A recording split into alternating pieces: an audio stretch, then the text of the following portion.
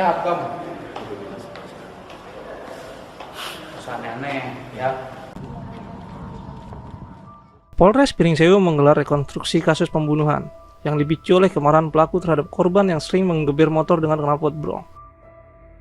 Pelaku meragakan 24 adegan mulai dari interaksi awal hingga aksi penikaman yang menyebabkan korban tewas.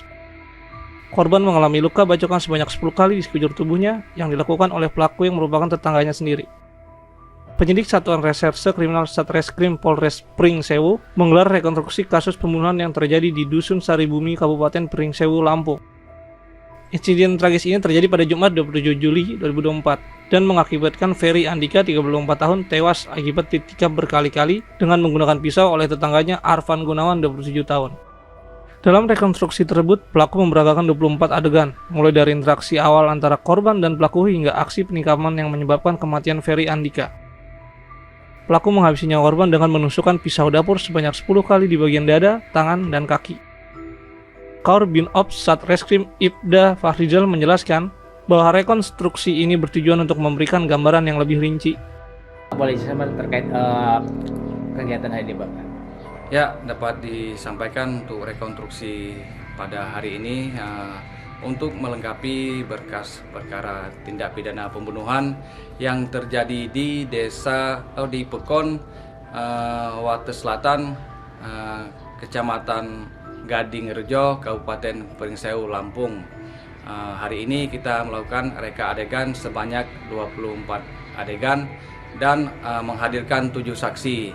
Untuk motif sendiri yaitu sebelum terjadinya tindak pidana pembunuhan ini antara korban dan pelaku sempat terjadi perselisihan paham selama 3 bulan yang lalu menurut keterangan dari istri korban.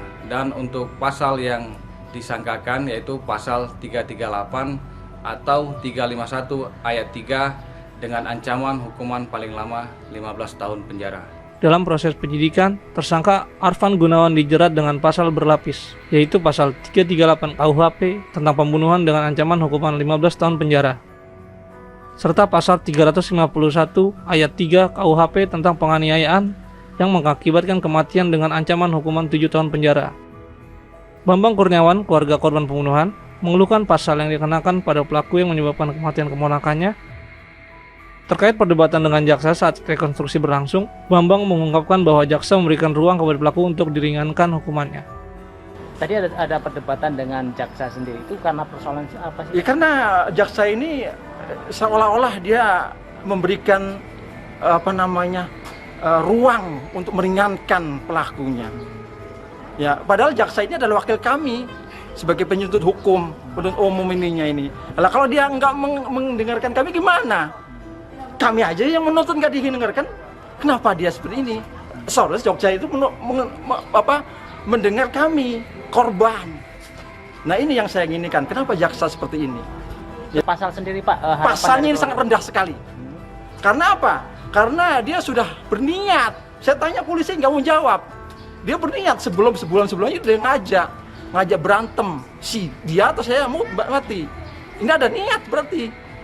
Emang udah ngomong ke saya, Om itu tolong nasihati Om Ferry nggak mau ngobrol. Tapi ternyata dia masih mau nyapa dengan Pak Sunaji. Bahkan ada salah satu ustadz yang sakit ketika dia lagi kerja. Ngomong ustadz sakit diantar, langsung ditinggalin kerjaannya. Kata siapa berarti nggak ini nyapa? Berarti cuma dengan si pelaku aja. Nah ini karena ada masalah sendiri. Berarti memang sebelumnya antara korban dan pelaku ada masalah. Ada masalah, dipendam. Terakhir itu ketika takziah. Ketika takziah itu dia emang nggak mau disalamin, sama saya juga nggak salamin karena saya dekat dengan si Gun. Saya dekat dengan Gun, barang ininya dengan pelakunya. Nah ketika nggak disalamin kayaknya dia timbul rasanya itu mungkin lebih dendamnya lebih ini memuncak. Ini dari pihak keluarga ini datang semua nih Pak ke sini untuk enggak, ini sebagian kecil aja. Bagian kecil dari keluarga korban. Iya, karena kita mendadak dikasih tahunya jam 11 malam. Mau rekonstruksi besar seperti ini dikasih tahu jam 11 malam. Ini ada apa masalahnya? Kenapa 11 malam? Karena harus diumumkan, transparan.